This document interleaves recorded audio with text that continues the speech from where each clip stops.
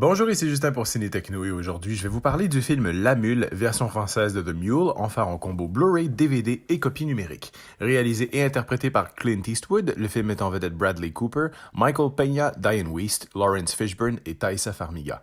Distribué par Warner Brothers, le Blu-ray est disponible en magasin depuis le 2 avril 2019. Earl se considère comme un raté. Sur le point de se faire tout saisir parce qu'il est complètement fauché, il décide de prendre un nouveau travail, chauffeur. Il est loin de se douter qu'il vient en fait d'être engagé comme passeur pour un cartel de drogue. Ébranlé lorsqu'il le découvre, il décide tout de même de continuer, transportant des quantités de plus en plus grosses. Ses supérieurs décident de lui imposer un surveillant, bien qu'Earl soit parfait pour ce travail. Qui pourrait soupçonner cet homme de 80 ans de transporter des kilos de cocaïne? Il attire néanmoins l'attention d'un jeune agent du DEA, Colin Bates, qui travaille sur cette affaire. Comment Earl pourra-t-il se sortir de cette situation sans perdre le peu qui lui reste? Comment pourra-t-il se pardonner d'être tombé si bas? Depuis toujours, le grand Clint Eastwood s'est passionné pour les petits héros du quotidien. C'est même ce qui fait en partie la saveur de son cinéma en tant que metteur en scène et sa faculté d'offrir un regard acéré et juste sur le monde qui l'entoure.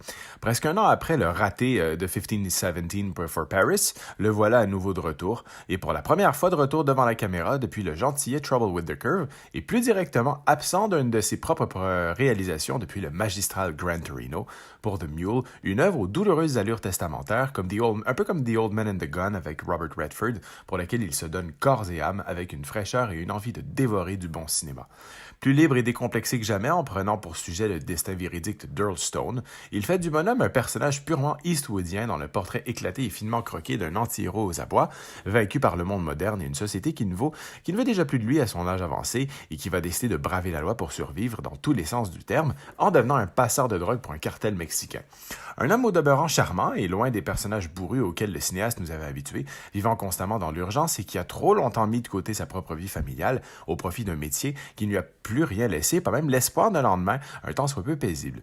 Car c'est bien là que se situe toute la force de The Mule, c'est un faux thriller tendu, mais un vrai mélodrame poignant, captivant autant dans sa belle simplicité que dans sa complexité. Sa mise en image intime est d'une étonnante espièglerie d'un octogénaire s'accrochant à la vie et désireux de s'offrir, même dans l'illégalité, une certaine rédemption. Jouant des clichés de son image, en ayant parfaitement conscience de ce qu'elle suscite et dégage, Clint Eastwood s'amuse réellement, se joue de lui et se filme avec une sécheresse et une authenticité admirable. Il fait de The Mule une œuvre féroce et d'une tendresse incroyable, émouvante mais jamais larmoyante, tout en étant bienveillante et totalement focalisée sur ses personnages, même si le traitement des personnages féminins est clairement plus déclinant en comparaison à celui des personnages masculins. Des pistes en anglais de DS HD 5.1, français 5.1 et espagnol 5.1 sont disponibles, accompagnés de sous-titres en anglais pour malentendants, français et espagnol. L'image est présentée en format panoramique 2.39. Pour les suppléments, on retrouve l'appréciable mais bien trop courte featurette Nobody Runs Forever, The Making of the Mule, ainsi que le vidéoclip de la chanson Don't Let the Old Man In du chanteur Toby Keith.